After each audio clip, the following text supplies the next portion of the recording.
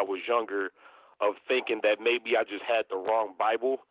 So that's why it was Revelations. But I do remember Revelation, and I do remember it changing when I was young, and it just hit me kind of odd when I forgot who was the individual debating about his college class, having a debate about it.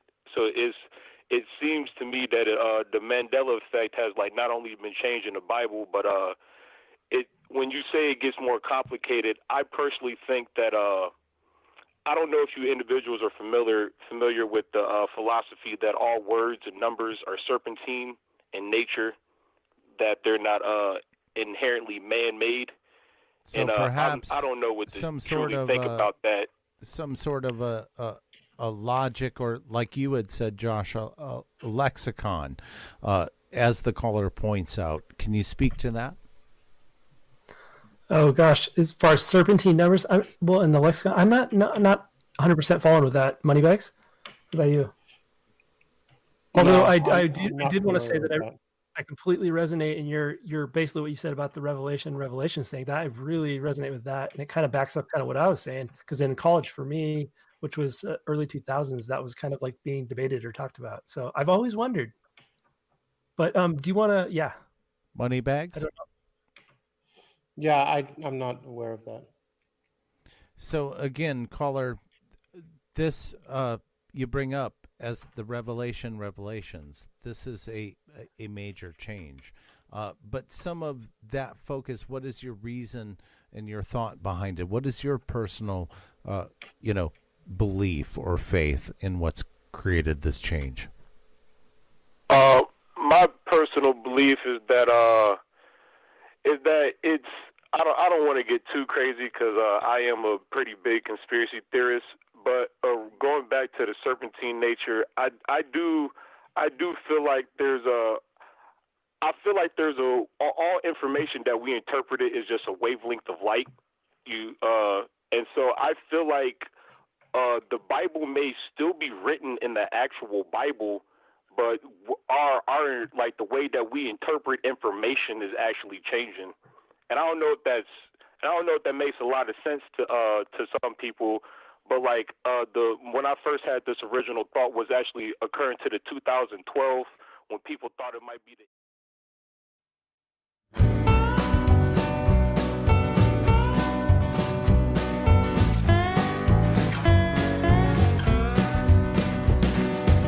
absolute beginners came to Georgetown.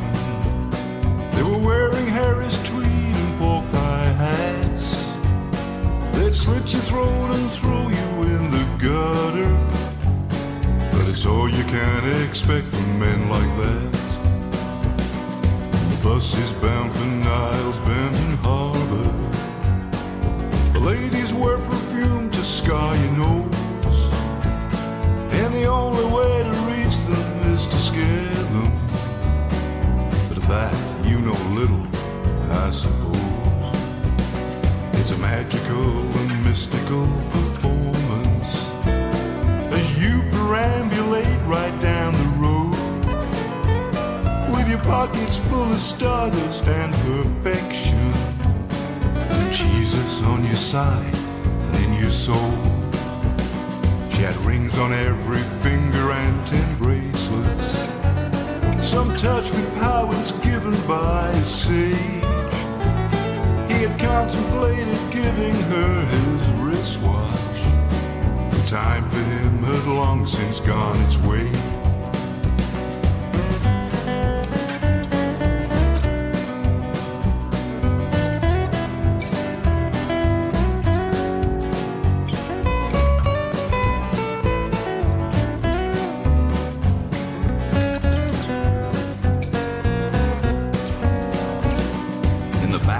Of the city he would shuffle while spinning on his heels and chewing beef. He had promised her he'd be a vegetarian, but he could not control his lust for meat. Since Asia left the streets for greater glory, but others said that she was big with child. Whatever was the truth, it did not matter.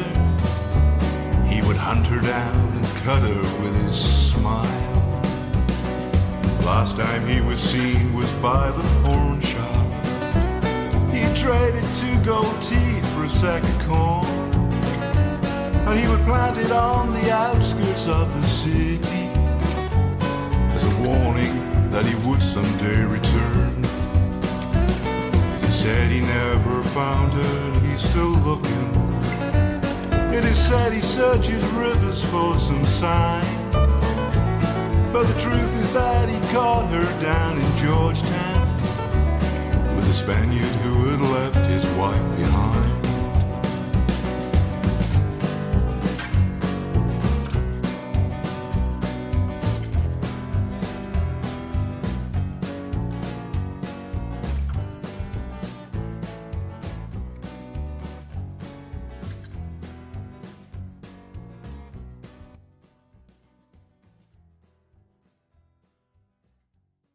Ripon Rabbit Hole is a community-driven radio.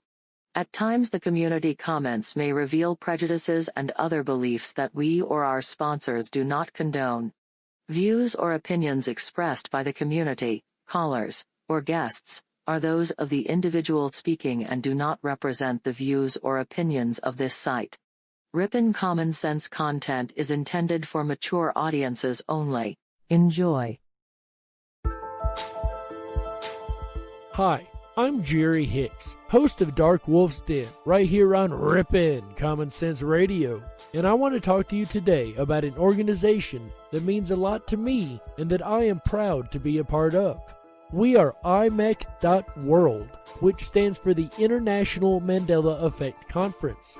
We are a 501c3 not-for-profit organization run by a team of artists, authors, and visionaries who are extremely passionate about both the Mandela Effect phenomenon as well as the community itself. IMEC is united in a mission to inspire, empower, and unify all curious observers. Through evidence presented by scientists, researchers, authors, and spiritual leaders, we aim to educate the world on this incredible reality-changing event known as the Mandela Effect.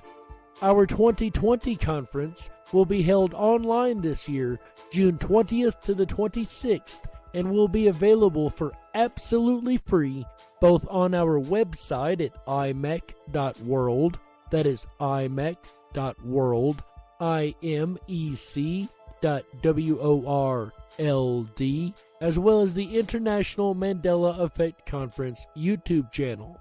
For more information, please visit imec.world, imec.world. Together we go, together we grow.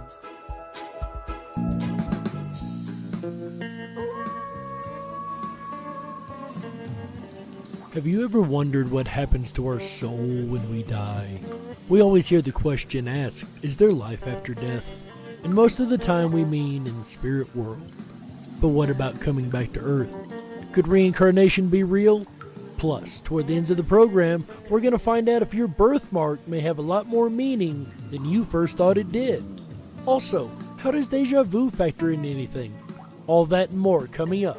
But first... Coming to you from a secret mountain cave, hidden deep within the Idaho wilderness. This is the Dark Wolf's Den Show. Now, here is your host, Jerry Hicks. And welcome back, everyone, to another episode of Dark Wolf's Den. It is Wednesday, May 27th, 2020, and I am your host tonight, Jerry Hicks, also known as the Dark Wolf. So whether you're on the edge of reality, the edge of the galaxy, or the edge of your seat, we're honored that you've chosen us to be right there with you. I would like to give a very special thank you and shout out to my friend Walt House, who I am sure is listening tonight.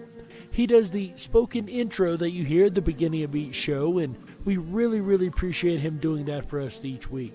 So thank you so very much, Walt. It is sincerely appreciated. Oh, yeah. All right, guys. Tonight's show has kind of an extra special meaning for me. You see, the day before our first broadcast here on the network, I lost someone that was very, very close to me, which got me to thinking again about the afterlife. This is, of course, not only the first time I've deeply contemplated what happens after we die, but just one of the many times. And I'm sure that everyone at some point or another has wondered about their own mortality. In 2015, I was convinced that reincarnation wasn't even real. Not that there was not a phenomenon of some type happening. I just was not fully convinced that it was reincarnation. And I'll tell you why. As a paranormal researcher for many years at this point, I had concluded that reincarnation stories are normally heard were the product of the cultural bias. Let me explain. In other words, I expect to hear stories of reincarnation from, say, people in India, because it is part of their religious base within the Hindu culture, or perhaps in tribal nations that practice extra spiritual beliefs. In any case, I was convinced that reincarnation was just part of another spiritual belief system. Then, in 2015, I was listening to a lecture on the topic when I was forced to rethink my conclusion. The person presenting, whom I would later come to learn was named Dr. Jim Tucker, was talking about children who remembered their past lives. The problem was the country of origin for his enormous caseload, which I would also later find out was thousands of cases. What country would that be? The United States of America. To me, that was extremely significant. Just like I said, my original conclusion was drawn based on the fact that the past life remembrances in children all came from cultures that accepted such a thing. However, now I am being presented with a large number of cases in a culture that absolutely ridicules and shuns such an idea. This made my old wolf ears perk up and forced me to rethink what I thought I knew, which is always an amazing thing and a great thing that we should always be willing to do at any time that we find evidence that contradicts what we believe.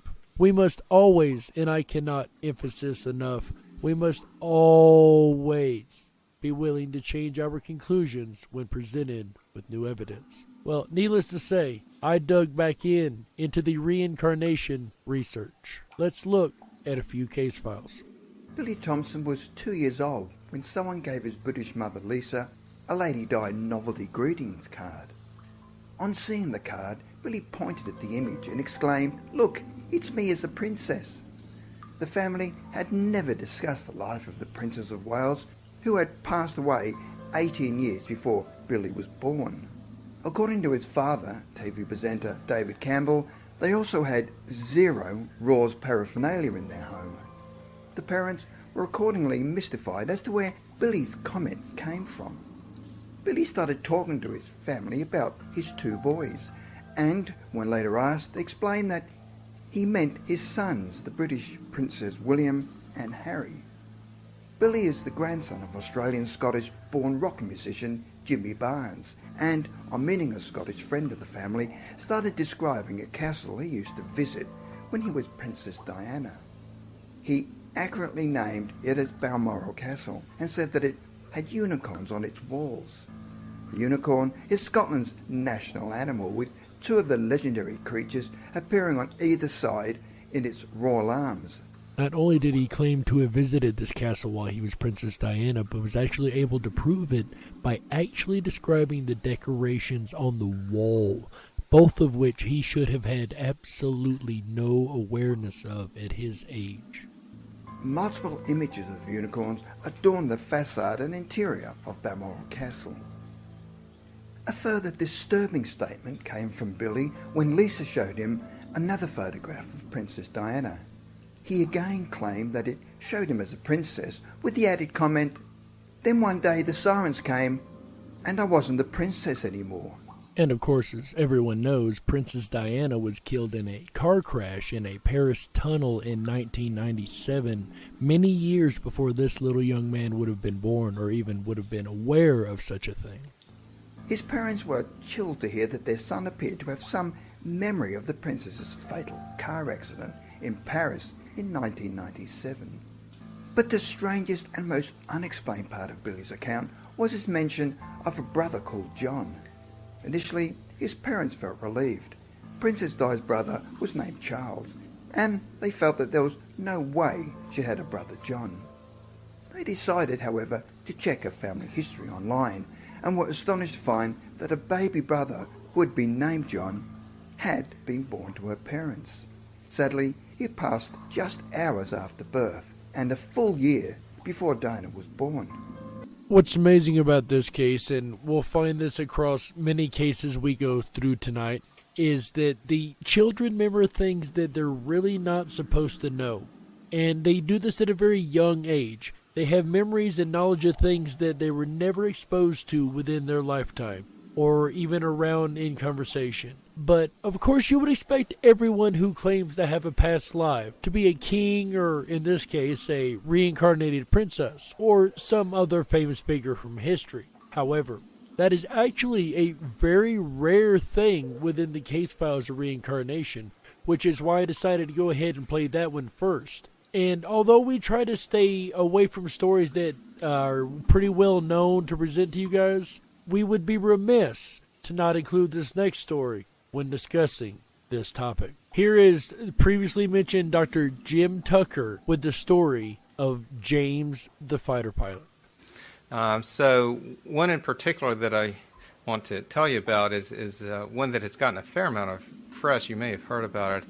A little boy named James Leiniger. The case has been on TV some. His parents eventually wrote a book about their experiences. He's a boy who talked about being a pilot who was killed during World War II, and it's believed that that pilot has now been identified. So his parents are this Christian couple in Louisiana, and his dad in particular was quite opposed to the idea of past lives before this case began. And of course, like I mentioned earlier, this is something that really stood out to me and made my old wolf ears perk up, because a lot of the Christian doctrine, generally speaking, says that reincarnation is not a thing, and we'll get more into that in the second half about religions and different religious aspects of the topic. But this is really interesting when you start finding these cases in countries and in homes that have more of a strong Christian background, and such a thing would be ridiculed and explained away as the simple imagination of a child. It began when James was 22 months old, and he and his dad took a trip to a flight museum. And James was fascinated by the exhibit of World War II planes to the point that he kept insisting that they go back to it, and he and his dad ended up spending 3 hours at the museum when he was 22 months old. And then a couple months later, around the time of his second birthday, he started having horrible nightmares multiple times a week in which he would be kicking his legs up in the air and screaming, "Airplane crash on fire, little man can't get out." And after I spent a weekend with the family going over all the details of the case, and then afterwards I talked with his aunt, who had spent a lot of time with the family. She said you cannot believe how horrible these things were to witness, that it really looked like somebody fighting for his life. And then during the day, he would take his toy airplanes and he would say, "Airplane crash on fire," and he would slam them nose first, bam, into the coffee table. He would do this over and over again, and his parents are apparently tolerant people. Because this is a picture of their coffee table. I don't know how well you can see it, but there are dozens of scratches and dents where he would say, "Airplane crash on fire," bam. So that looks very similar to what we in children's mental health call post-traumatic play, where a child who has experienced or witnessed something traumatic then reenacts the scene over and over again in their play. And when you combine that with his nightmares, he really looks like a child who had been traumatized, but he had not been, at least in this life. And he didn't, but many of the children who describe violent lives show phobias as well. In the unnatural death cases, over 35% of the kids will have an intense fear toward the mode of death. And the other thing that a lot of the kids will do in their play, they will also reenact compulsively the occupation of the previous person. And in James's case, not only did he play with his toy planes a lot, but he took an old car seat and created a cockpit in the closet of his dad's home office. So his dad would be in there working, and James would come tumbling out of the closet as he was parachuting out of his plane. And then his parents were able to have several conversations with him after his second birthday in which he could talk about this stuff while he was awake. What he described was that his plane had crashed on fire, that he had been shot down by the Japanese, and that he flew a Corsair. Now, I'd never heard of a Corsair, but it was a special plane that was developed during World War II. And after this case got some publicity, skeptics said, well, he just saw a Corsair at the museum and the name stuck with him. And in fact, if you go to the website of the Flight Museum, you see that in fact there is a Corsair there. Now, James's dad said there was not one there when he and James visited, so I looked into it and found that in fact his dad was correct. They had a Corsair. It had crashed at a public air show the year before they visited, and then they didn't get a replacement for 3 more years. So that is not where he learned about Corsairs. He also said that he flew off of a boat, and his parents asked him the name of the boat, and he said Natoma, which I think we can all agree would be quite an unusual name to guess for a U.S. aircraft carrier. And of course, when we think of aircraft carriers, we think of things like the ones named after presidents like Lincoln or Washington or something along those lines. And as a matter of fact, Natoma, it wouldn't even be something I would think of as a name for an aircraft carrier, and hadn't even heard of it until this particular case file. And unless you're a World War II buff, I'm pretty sure that that's generally not what the first boat that comes to mind would be when you think of an aircraft carrier. And in fact, his dad responded, well, that sounds Japanese to me. And James said, no, it was American. So after that conversation, Dad went and did an online search and eventually came across information on the USS Natoma Bay. He printed out the information, and the footer shows the date when he printed it out, 8/27/2000. James was born in April of 98, so this documents that by the time he was 28 months old, that Natoma was part of the story.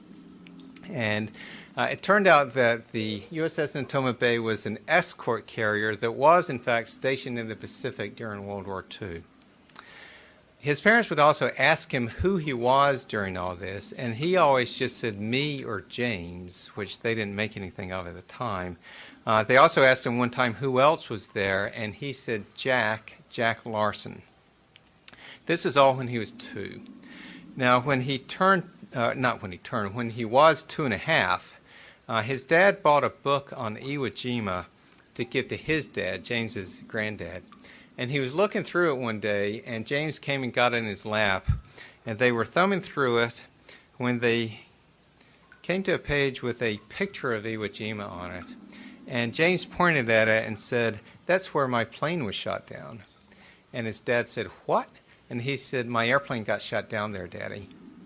And his dad was just floored that his 2.5-year-old was talking like this. And then he learned that, in fact, the Natoma Bay did take part in the Iwo Jima operation.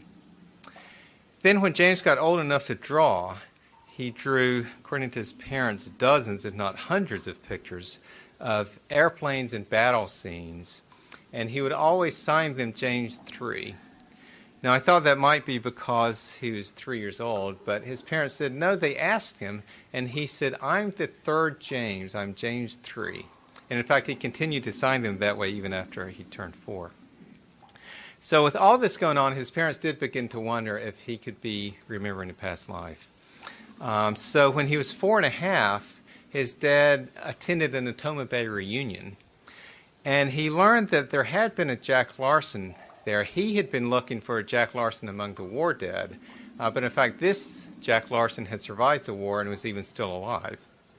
So James's dad went and visited him, and he learned that he was on the ship, on the Natoma Bay, during the Iwo Jima operation. He also learned that one and only one pilot from the ship was killed during the Iwo Jima operation. This was a 21-year-old pilot from Pennsylvania named James Houston. So this means if James Leininger was, in fact, remembering a past life, it had to be Houston's life because he was the only pilot from the Natoma Bay killed at Iwo Jima. So what we can do is compare what James said with Houston's life. Now, his parents say that he also talked about family life before the war. But we don't have any documentation of those statements that was made before Houston was identified. But what I can do is list all the items where we have definite documentation that was made before anyone knew anything about James Houston. Much of it comes from an interview that the Leiningers did with ABC News, again, before anyone knew if James's statements actually matched an actual pilot.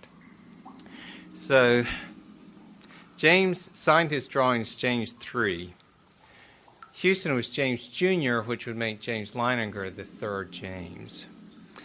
James said that he flew off the Natoma. Houston was a pilot on the USS Natoma Bay. James said he flew a Corsair. Houston had flown a Corsair. He was actually flying a different plane when he was killed, but he was part of the squadron that had tested the Corsair for the Navy.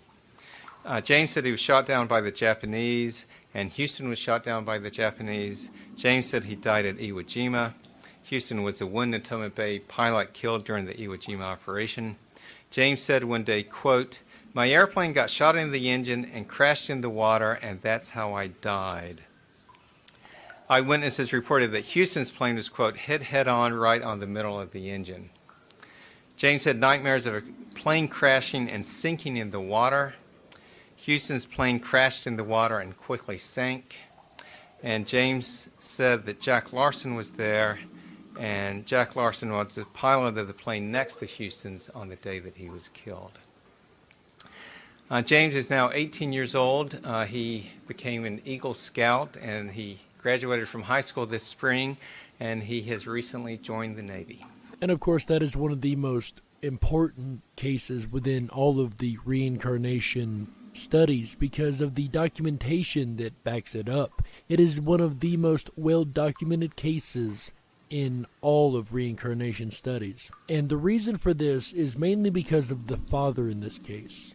He did his best to try to disprove anything was going on, which I find very, very important, and I cannot drive that point home enough on this show. Always be skeptical, especially of the skeptics. It is in trying to disprove something 9 times out of 10 that we end up proving the very thing we're trying to disprove. Or if we do disprove it, we have found out that it really was wrong. Either way, by attempting to disprove something, you usually end up proving that it is real. This is the story of Pramod Sharma, born in India in 1944.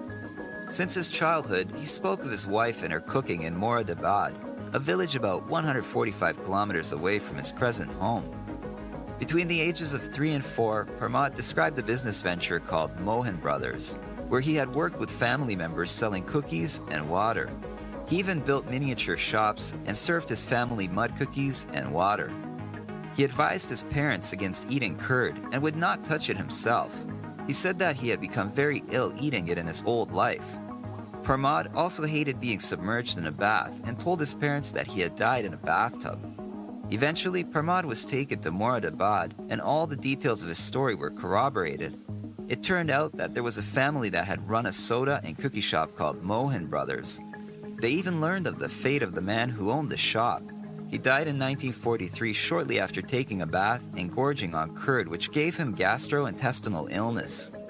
And of course that story comes out of India, which is really most common where most of the reincarnation stories in the world come from, though not the only place. They're actually found on every continent of the world except Antarctica, mainly because we haven't looked there yet. But most reincarnation stories do come from countries where it is more able to be talked about amongst the population. But what about when you have stories coming out of countries, like I mentioned earlier, that ridicule the thought or don't exactly put a lot of stock in the idea of reincarnation? Our next story comes to us from the Highlands of Scotland. The Bear Boy. In our final story, we look at a boy named Cameron, who was born in Glasgow, Scotland, but claimed he actually belonged to the island of Beara, off the coast of Scotland. Around the age of 2, he started mentioning incidents and details of his past life, including details about his black and white dog, his parents, their names, and how they had died. He talked about a white house and a beach on which planes landed. He even drew a picture of his old house by the beach. Eventually, his family took him to the island, and they found the white house near the beach, exactly as he drew it. Remarkably, Cameron knew the house inside out, even showing them a secret entrance. The family found an old photograph of the black and white dog, along with a car that Cameron had remembered.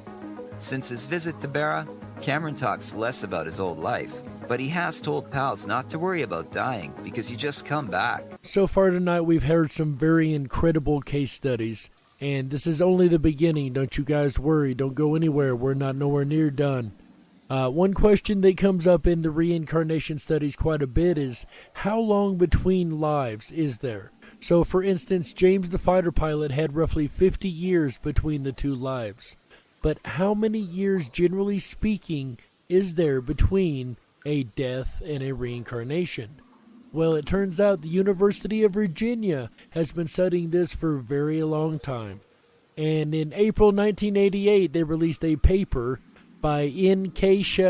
Shada and Ian Stevenson, and the opening page says this: data from 326 cases suggestive of reincarnation, studied in 8 different cultures, were analyzed with regards to 2 correlations of violent versus natural death of the previous personality whose life the subject claimed to remember.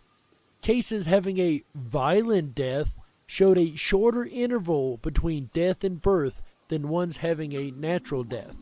The effect was found in all cultures studied, but reached statistical significance in one individual culture, not surprisingly, of course, India, and for the group taken as a whole. The age of the subject when first speaking about the previous life was also found to be significantly lower with violent death. And again, this is a University of Virginia study. And I can tell you that from Dr. Jim Tucker's case files, which is over 2,500 case files that I am aware of, that it is very, very short amount of time. I mean, something like 18 months is the average between death and returning. Though we know James the fighter pilot was, of course, 50 years between. There's been as low as 6 months and as high as a couple years, all the way up to 50 years. So the average mean is, I want to say he said something like 18 months between lives. Have you ever known someone who's had a past life? I think I have, actually. There's a little boy that's like a grandson to me, and he calls me Papa. I'm not going to call his name out on air. Of course, I wouldn't do such a thing, but he knows who he is. And when he was younger, he come up to me one day, and he says, Papa, Papa. And he had this hose in his hand like you could find on the back of a washer. And it was bent at the top. And he holds it to his ear like an old school phone and says, hello. And it really blew my mind. But what blew my mind the most is once he was done, he hung it up in the door frame as if you would hang up an old phone. Now, to the best of my knowledge, this little man has never been exposed to that type of technology. But there's more. About a month and a half later maybe, he comes up to me with this pump from an air mattress. And if any of you have ever had an air mattress pump, you know on the bottom it's got a very square portion, then it's got a round, almost cylinder about right in the middle on top. Well, he had this thing, and he turned it sideways, and where he's got the flat part towards him. And he looks at me and goes, Papa, Papa. And I looked at him and said, what's up, buddy? He pulls it up like an old Canon camera is what it reminded me of when he did it. He said, cheese. And acted as if he was taking a picture like an old camera. Again, as to the best of my knowledge, he had never been exposed to this type of technology. He's only been around cell phones and modern style tech. So the fact that he did this twice nonetheless really makes me think that he was most likely what's called an old soul and has actually been around multiple times here. Again, I can't prove that, but just the fact that he would have a certain amount of knowledge of items that he should have no knowledge of. I don't know. It could be coincidence, but it's one of the strangest coincidences that I've experienced. So I think I've met somebody with a past life before. Do you? Do you think maybe you've had a past life? We're going to actually discuss in the second half of the show signs that may actually prove that you have or have not. I actually know somebody that may have not. It was this same child's mother. We'll get into that story once again when we get into the second half of the show. And as you guys know, that music means we have to take a network break right here, but don't you go anywhere, because we'll be back in the second half with even more truth and even more growling at the skeptics. Coming up, we're going to examine, among other things, the religious aspects of reincarnation. What does the Bible have to say about it? Plus, do you have a birthmark? If so, then it might be a lot more meaningful than you first thought. Also, how does deja vu play into all of this? Stay tuned, as we'll be right back in just a couple minutes in Dark Wolf's Den, right here on Ripon Common Sense Radio. Oh, yeah!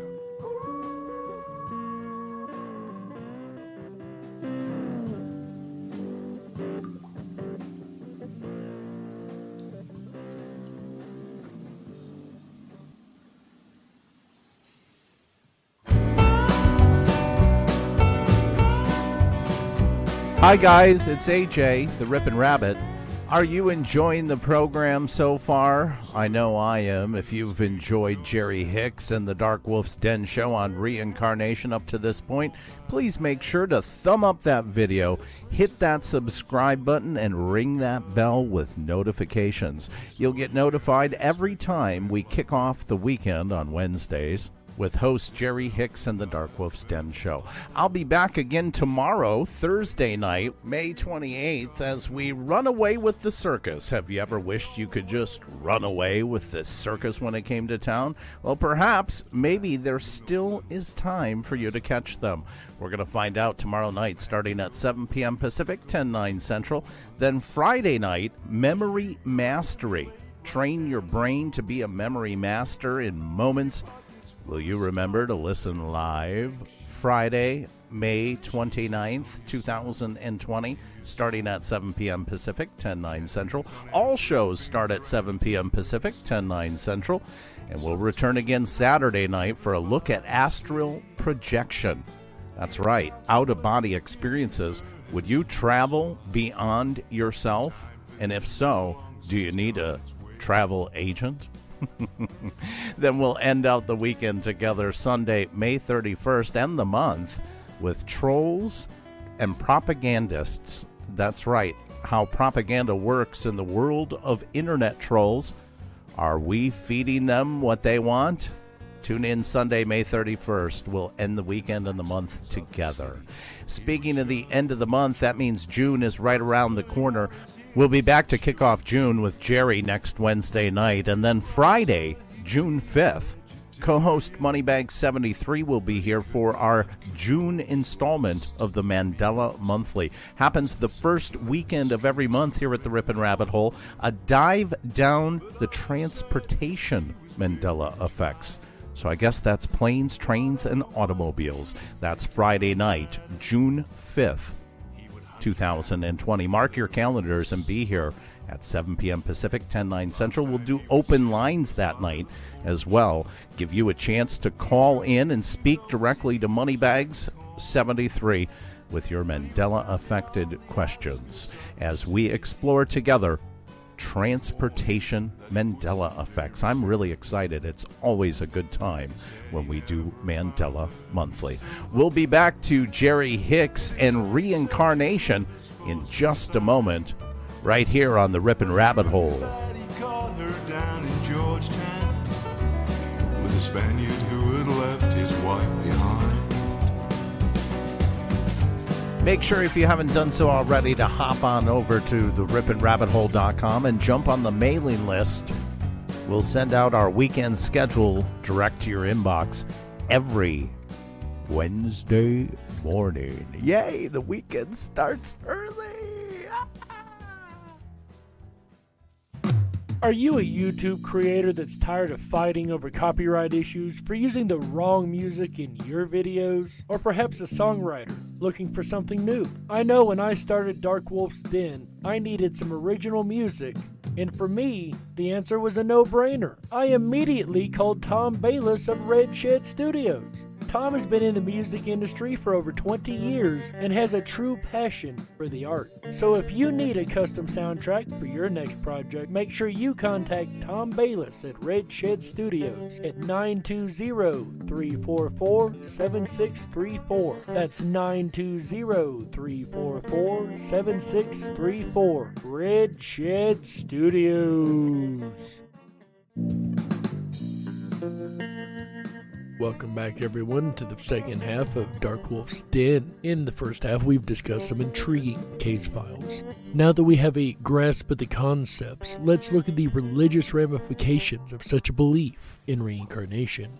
You actually may be quite surprised with what we uncover. We know that Hindu and Buddhist and most all other Eastern religions have a strong belief in reincarnation of some type. Some believe that you return as an animal or object based on your past lives, where others believe that humans, for instance, only come back as human. Hinduism, the world's oldest surviving religion, is unified by its acceptance of samsara, a chain of birth and deaths linked by reincarnation. Controlling samsara is the law of karma. Hindus believe that all individuals accumulate karma over the course of a lifetime. Good actions create good karma, and of course evil actions would create negative karma. Karma is not assigned or regulated by any god. It is simply earned by an individual or passed down through subsequent lives. And they even believe that if you are containing a lot of negative karma, that you can actually come back as an animal and not even in a human form. And then, of course, Buddhism, which was established 2,500 years ago, incorporated the Hindu belief of reincarnation. Although it has two major subdivisions and countless variations in regional practices, most Buddhists believe in samsara, or the cycle of rebirth. Once again, we know samsara is the law of karma. Buddhists believe that the soul's karma transmigrates through bodies and becomes a germ of consciousness. Reincarnation is also a paramount tenet in the Druze faith. There is an eternal duality of the body and the soul, and it is impossible for the soul to exist without the body. Therefore, reincarnations occur instantly at one's death. While in the Hindu and Buddhist belief system a soul can be transmuted to any living creature, in the Druze belief system this is not possible, as a human soul will only transfer to a human body. But again, we find in most all Eastern religions at least some type of belief in reincarnation. In the West, however, as we mentioned earlier, this has a stigma and ridicule when the subject is brought up. But should that really be the case? Belief, contrary to their faith. But this condemnation of reincarnation does not originate in the Semitic scriptures. For example, anyone who reads the Bible will find that it neither explicitly advocates nor directly rejects reincarnation, a stand that is similar to its stand on the doctrine of the Trinity. What is important is that some verses, like John, chapter 9, verse 1 and 2, which reads, "And as Jesus passed by, he saw a man which was blind from his birth. And his disciples asked him, saying, Master, who did sin, this man or his parents, that he was born blind?" And of course there's John 1, 21 through 22 that reads, "They asked him, Then who are you? Are you Elijah? He said, I am not. Are you the prophet? He answered, No. Finally they said, Who are you? Give us an answer to take back to those who sent us. What do you say about yourself? He said, I am the voice of one crying in the wilderness, make straight the way of the Lord, as said the prophet Isaiah. That's Esaias. And Matthew, chapter 17, verse 9 to 12, which reads, Now as they came down from the mountain, Jesus commanded them, saying, Tell the vision to no one until the Son of Man is risen from the dead. And his disciples asked him, saying, Why then do the scribes say that Elijah must come first? Jesus answered and said to them, Indeed, Elijah is coming first, and ought to restore all things. But I say to you that Elijah has come already, and they did not know him, but did to him whatever they wished. Likewise the Son of Man is also about to suffer at their hands. Then the disciples understood that he spoke to them of John the Baptist. There's also Matthew 16, 13 through 16, which reads, Now when Jesus came into the district of Caesarea Philippi, he asked his disciples, Who do people say that the Son of Man is? And they said, Some say John the Baptist, others say Elijah, and others Jeremiah, or one of the prophets? And he said to them, But who do you say that I am? And of course Simon Peter replied, You are the Christ, the Son of the living God. But it only goes to show once again that back then it wasn't such a heretical belief after all. Many of the early church fathers accepted reincarnation. Origen, the Greek Christian priest, by far the greatest thinker and biblical scholar of his day, is a prominent example. Christians nowadays rarely believe in reincarnation. Certainly the Catholic Church doesn't believe in reincarnation. But one of its most famous saints, arguably its most influential teacher, St. Augustine, wrote a book on free choice of the will. And in that book, he talks about possibilities for an afterlife. And one of the possibilities he entertains is reincarnation. And he doesn't rule it out. And this is, to my mind, it's been neglected. Something that has to be discussed more, I think, by Christians. Dr. Geddes McGregor, a Christian theologian and emeritus distinguished professor of philosophy at the University of Southern California, in his book Reincarnation in Christianity, describes in detail the unfortunate happenings that led to the exile of reincarnation from official Christian dogma. Many Christian scholars consider the edict against reincarnation controversial and inconclusive. For example, the globally renowned Swiss Catholic thinker Hans Kung, in his book Eternal Life, advocates not only the acceptance of reincarnation in Christian theology, but also its elevation to a central issue. Like the Christian Bible, the Hebrew Bible and the Quran are also relatively silent about reincarnation. The Islamic scholar Naderbeg K. Mercer, in his book Reincarnation and Islam, has shown how belief in reincarnation is not incompatible with the Quran and overall Islamic doctrine. Well, in my research of reincarnation, I found that reincarnation has been part of mystical Judaism for centuries, the Kabbalah. It was part of early Christianity, and the Roman Church did a pretty good job of eradicating the belief in the West. So there is precedent for believing in reincarnation. A lot of indigenous cultures have had a belief in reincarnation, and if you do a survey of all the beliefs around the world, almost in every place, in every isolated place across the world, some concept of reincarnation has emerged. It's just as natural as watching the cycles in nature, and people have known this forever. And of course, once again, many religions have spoken of reincarnation over the years, and the West is one of the very few places that reincarnation is actually ridiculed, except for somebody like Edgar Cayce. Of course, the great Edgar Cayce, for 20 years following his first mention of reincarnation, in 1923 in a reading, subject to reincarnation after that appeared nearly 2,000 times. He himself claimed to be reincarnate of an Egyptian priest who helped construct the ancient Egyptian wonders. He even went as far as to say that there was a secret chamber underneath the paw of the Sphinx that holds the Library of Records from Atlantis, called the Hall of Records. And of course, Mr. Cayce isn't around anymore, so how would you know if you had a past life? Well, perhaps it has to do with birthmarks. Do you have a birthmark? If so, then it may have a lot more meaning than you first thought that it did. As we have heard across most cases in the first half of the program, all of the reincarnation cases, including birthmarks, matched how the person had died in a previous life. So what does your birthmark say about your past life? This comes from LoveToKnow.com. It actually states that different locations of birthmarks may have different meanings, so let's go through this list here and see if you have a birthmark that actually has a specific meaning that you did not know about. For instance, if you have one on the forehead, it has different meanings depending on its location. The right side means great intelligence, and they will succeed in their education and career. The left side means the person will be extravagant and irresponsible. In the center of the forehead, a birthmark means the person will have many relationships. Or perhaps you have a birthmark on your neck, which means success in life with a great deal of responsibility.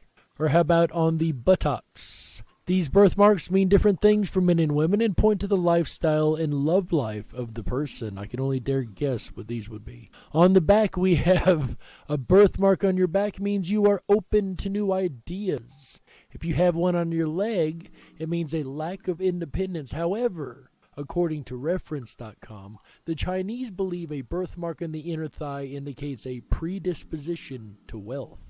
A birthmark on the eye means that the death in the previous life was caused by a stab or bullet in the eye. A birthmark, generally on the face, indicates the person is marked or destined for success and possible fame. On the mouth, near the mouth, indicates great wealth.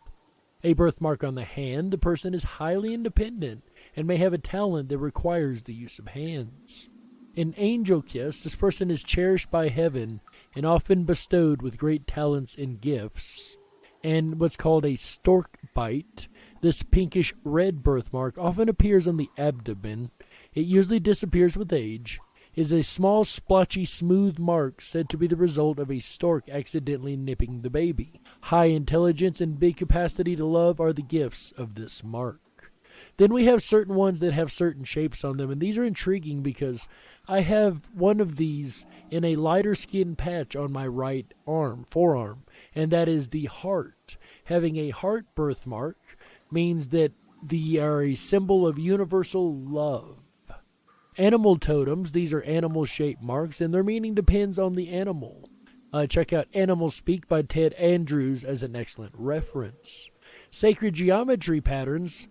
Crystal Links define sacred geometry as sacred universal patterns used in the design of everything in our reality. When a sacred geometric pattern appears as a birthmark, the child is believed to be from the angelic realms. If no birthmark is present, the person has spiritually evolved enough so they no longer carry the trauma of past lives, which I disagree with, and I'll get back to that here shortly. Further down, we have just a little bit more information here. Colors of the birthmarks. Brown is considered an auspicious omen for success in bountiful life. Blue or gray, this birthmark resembles a bruise and is believed to be the result of a slap in an attempt to encourage the infant to subject to birth. That's what it says. Red, the color is often called a strawberry birthmark and said to mark someone stubborn and opinionated. Port wine stain, this birthmark can range from pink or red to purple. It is a badge of reincarnation, reminding the person of having died in a fire, interestingly enough. And white, there is another mark having been burned in a previous life. So that's what we've got, guys, for the birthmarks. Did you match any of them on the list? Maybe you have success and fortune in your future. Who knows? Now back to the idea that not having a birthmark is perhaps that you've already been through the series of incarnations and the trauma is gone. I disagree with this. The reason that I believe one would not have a birthmark is the same reason one would not have a deja vu, and I know somebody like that. Earlier in the program, I mentioned a young boy who had a couple incidents where it looked like he was from a past life. His mother, however, I believe was a fresh soul into this world. She's not ever had a deja vu moment. She has no birthmarks on her body. She has had nothing to indicate that she would ever have had a past life, opposed to her son, which has shown many signs. So I find that very, very intriguing, and I think that it could be a multitude of things, not maybe just the fact that it's a new soul. Perhaps the incarnations have worked out traumas and there's no use for birthmarks after that. I don't know. What do you think? Do you think birthmarks are something that happens when we are born and just a, medical thing that has to do with genetics and DNA? Or is it possible that birthmarks are actually remnants from a past life? In this research, you come across all kind of interesting and crazy things. And one thing I ran across, in some cultures and beliefs, they've done what's called experimental birthmarks. And this is where the family marks the body of the almost deceased person in order to attempt to track them down in their next incarnation. In one case, a lipstick tube was used on the back of the neck of the deceased, and the reborn child had a bright red spot on the back of his neck. So there is different evidences to suggest that this is a real thing. So a lot of people wonder, what do I think? How do I look at the afterlife? And I told you earlier at the beginning of the program that I did lose somebody very close to me recently, and it has gotten me thinking again about the afterlife. And here's how I believe the afterlife works. Of course, I must be clear at this point that everything from this point forward is speculation on my part. But I believe in something called soul groups or soul families, and this is the idea that there are certain people or souls, if you will, that we travel with from lifetime to lifetime. For instance, who is your mother in this life may be your sister in the next, or even your lover, or whatever the case may even be your father or brother, maybe your best friend. You never know. And the reason I believe in this, I was kind of on the fence about it for many years, and I was working at Dairy Queen one time, and this person had just started, and I went over and said something to her, and the moment our eyes locked, it was like we instantly recognized each other's soul. And I know how cheesy that sounds, but it wasn't even in a romantic way. It was more or less, wow, I've never met you a day in this life, but I recognize you. And I believe there are certain ones that we travel with through eternity, through these different incarnations and lives. For instance, I believe the Mandela Effect community is a soul family. I really do, because we seem to have these intricate connections to each other that can be explained by very few other ways, including our own memories that all seem to match each other but not everyone else. But that's a whole nother story for a whole nother time. The point is, I believe when we die, we go to wherever the case may be, the other side, the spiritual realm, and the first thing we get is a soul review. Well, first thing we get is an ability to say goodbye to those here on earth still left in incarnations. At least 24 to 48 hours is what evidence has actually shown from much research done by University of Virginia once again. Also, I believe after this life review, we are able to start choosing certain lessons that we would like to learn in the next life. And here's another caveat that I would like to stop on for just a second. I was looking at a Christian apologist the other day explain why reincarnation was ridiculous to the Christian side, and that says that God isn't perfect enough to allow us to be perfected, or we can never be as perfect as God. So here's my thing. Lessons, I don't have the chance to learn every lesson in this life. A rich man will not learn the lessons of a poor man, and vice versa. The poor man will not learn the lessons of the rich man, and yes, there is lessons on both sides. The sickly will not learn the lessons of the healthy, and the healthy will not learn the lessons of the sickly. You can't learn everything in one lifetime. You just don't have enough time to experience every way of being in one lifetime, which is why I believe it would take many, many lifetimes for us to experience the lessons and learn what we need soul-wise. And then there's the argument that, well, we forget when we come across. We may forget specifics of memories, but I guarantee you our soul has not forgotten those lessons. That inherent consciousness, that right and wrong that's in the back of your head, that regardless of who you are, there's that right and wrong that tells you how to be. For instance, I've always loved to be in service of others instead of service of self.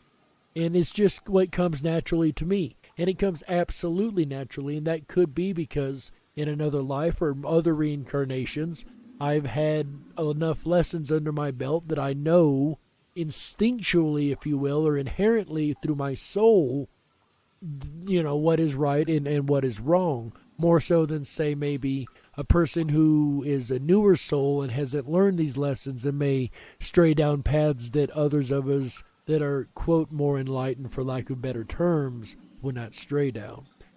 Then, once we have our new lessons we'd like to learn, we sign a contract, if you will, that we will go into the next life and learn these lessons. These may be as far as being handicapped to a degree, or something bad being wrong. Though the argument can be made that handicaps and birth defects are from other lives, I would make the argument that it is because the in-between we decide to be like the person maybe in that other life that we had made fun of, or maybe done something wrong to, or whatever the case may be. I believe that's how we choose our lessons for the next life.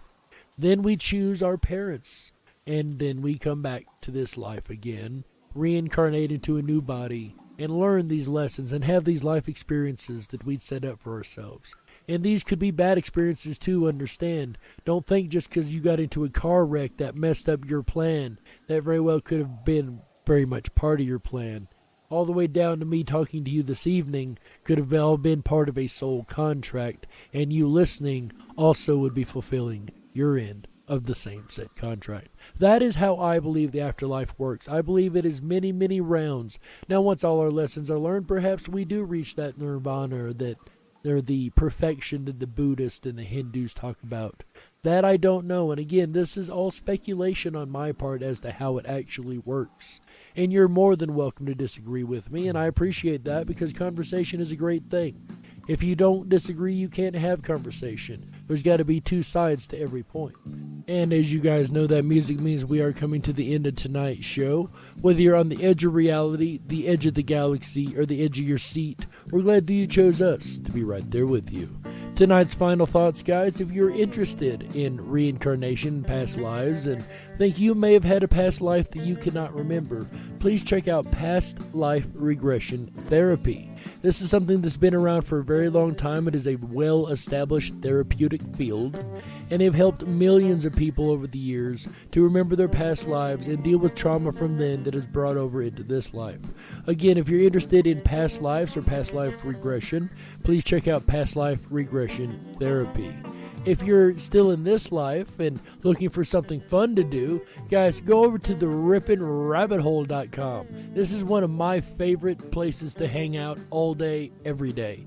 On the homepage, you're going to find news links updated all day, every day. We have the latest up-to-the-minute news all the time. Also, you're going to find a link called Rabbit Holes. That is our discussion groups. If you want to go over there and drop us a line and let us know how we're doing on the show here, let us know what you enjoyed or even what you didn't enjoy about it. We're always looking to find out how to improve the show. Also, guys, if you've got topic suggestions that you think would improve it, go ahead and drop us a line in our Dark Wolf's Den show topics group over there. We always are looking for new things to talk about and new rabbit holes to delve deep into. If you would like to give us an on-air shout-out, guys, we can definitely do that for you and play those live on the air. Just go down to the bottom of any page, hit that great big red button that says record. That'll record 30 seconds of audio for you. Ship that back over to us automatically, and we'll get it on the air for you.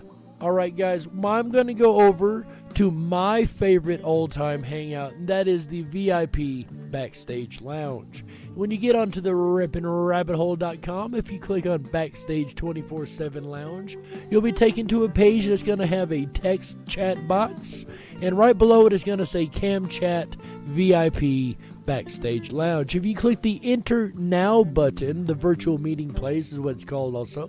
Click the Enter Now button, you will be prompted to okay your camera and microphone. However, you are able to turn both of those off the moment you enter, and if you would like, can absolutely only use text chat. As a matter of fact, I've got a couple friends that love to hang back there, and that is actually all they do is the text chat. Guys, the den may be closing, but don't you worry. The weekend fun here in the rabbit hole has only just begun. Guys, come back Thursday through Sunday, 7 p.m. Pacific, 10/9 Central, for our buddy AJ the Rippin' Rabbit and his Rippin' Rabbit Hole live show. This week, it's just like the rest, guys, it's going to be topics you do not want to miss.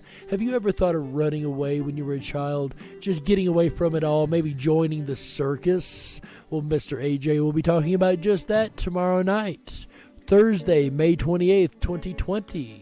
He will be discussing running away with the circus. I know I thought about it a time or two. A couple times things would get hard. I think, those guys seem to have it just so great. Maybe I should just run away with them and just have the magic life of the circus living, right?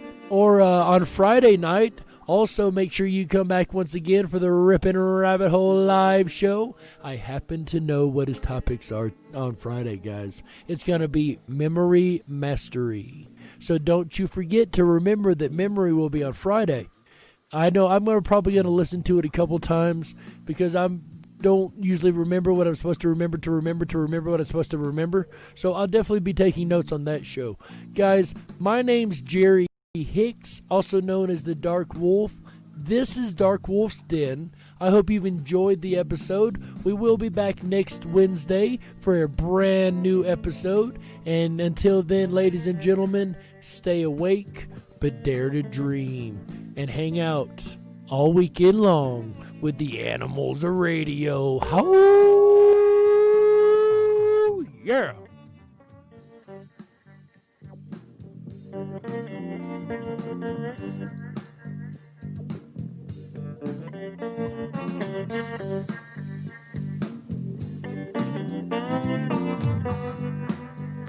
Don't you wish that your weekend was longer than just 2 days? Well, if so, then you're in luck, because here on Ripon Common Sense Radio, our weekend begins on Wednesday. Yes, you heard that right. Our weekend kicks off every Wednesday at 7 p.m. Pacific, 10/9 Central, with Dark Wolf's Den, starring yours truly, Jerry the Dark Wolf. But that's where the fun has only just begun. Make sure you come back every Thursday through Sunday at 7 p.m. Pacific, 10/9 Central, for the Rippin' Rabbit Hole live show, starring AJ the Rippin' Rabbit. He dives into the archives of vocal legend Art Bell and brings those stories up to date. So make sure that you spend your extended weekends with the animals of radio, Jerry the Dark Wolf and AJ the Rippin' Rabbit, starting at 7 p.m. Pacific, 10/9 Central, every Wednesday through Sunday, right here on Ripon Common Sense Radio. Hi, I'm Jerry Hicks, host of Dark Wolf's Den, right here on Ripon Common Sense Radio, and I want to talk to you today about an organization that means a lot to me and that I am proud to be a part of. We are IMEC.World, which stands for the International Mandela Effect Conference. We are a 501c3 not-for-profit organization run by a team of artists, authors, and visionaries who are extremely passionate about both the Mandela Effect phenomenon as well as the community itself. IMEC is united in a mission to inspire, empower, and unify all curious observers. Through evidence presented by scientists, researchers, authors, and spiritual leaders, we aim to educate the world on this incredible reality-changing event known as the Mandela Effect. Our 2020 conference will be held online this year, June 20th to the 26th, and will be available for absolutely free both on our website at imec.world, that is imec.world, imec.world, as well as the International Mandela Effect Conference YouTube channel. For more information, please visit imec.world, imec.world. Together we go, together we grow.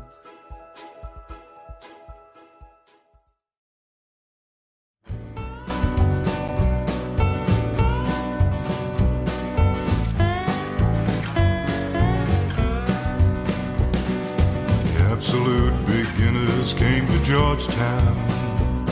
They were wearing Harris tweed and pork pie hats. They'd slit your throat and throw you in the gutter. But it's all you can expect from men like that. The bus is bound for Niles Bend and Harbor. The ladies wear perfume to scar your nose. And the only way to reach them is to scare them.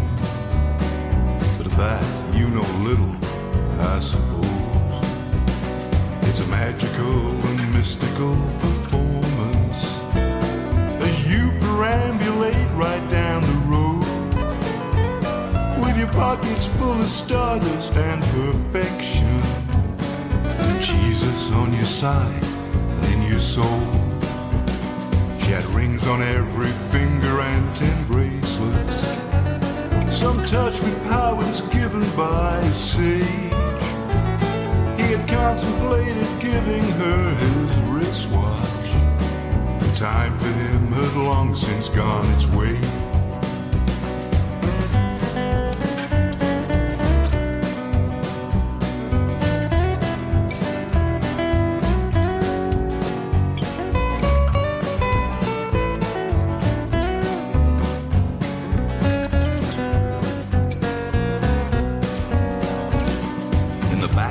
Of the city he would shuffle, while spinning on his heels and chewing beef. He had promised her he'd be a vegetarian, but he could not control his lust for meat.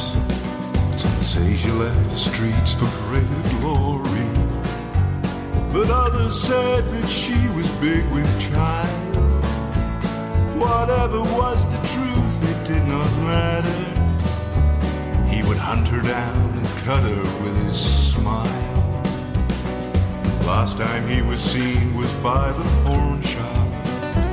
He traded 2 gold teeth for a sack of corn, and he would plant it on the outskirts of the city as a warning that he would someday return. He said he never found her and he's still looking. It is said he searches rivers for some sign, but the truth is that he caught her down in Georgetown with a Spaniard who had left his wife behind.